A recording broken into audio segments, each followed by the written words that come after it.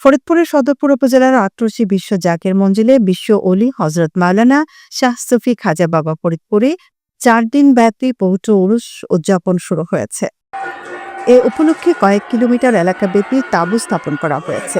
দেশ বিদেশের বিভিন্ন প্রান্ত থেকে সড়ক ও নৌপথে বিভিন্ন যানবাহনে চেপে লাখো আশেকান ও জাকেরানরা সমবেত হচ্ছেন। এ উরুস উপলক্ষে দরবার শরীফের পক্ষ থেকে সংবাদ সম্মেলনের আয়োজন করা হয়। সেখানে সাংবাদিকদের উরুস বিষয়ে বিভিন্ন বক্তব্য তুলে ধরা হয়। উরুস উপলক্ষে শুক্রবার লক্ষাধিক মানুষের অংশগ্রহণে বিশ্ব জাকির মঞ্জিলে পবিত্র জুমার নামাজ আদায় করা হয়।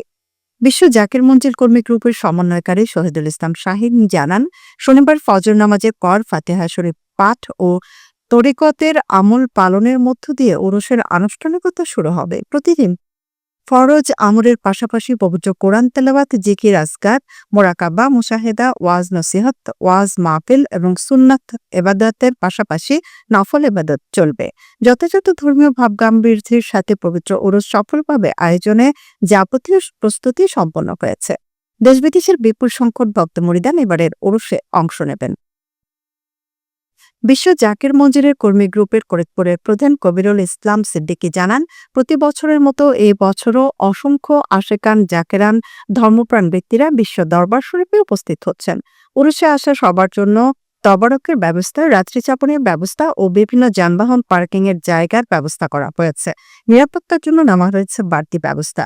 তিনি বলেন, বিশ্ব অলি হজরত মাওলানা শাহ সুফি খাজা বাবা ফরিদপুরে কেবলাজান সাহেবের স্কলারশিপ্ত পীরজাদা মাহফুজুল হক মুজাদ্দেদি উরুস চলাকালীন ৪ দিনে আশেকান জাকেরানদের সঙ্গে সাক্ষাৎ প্রদান করবেন।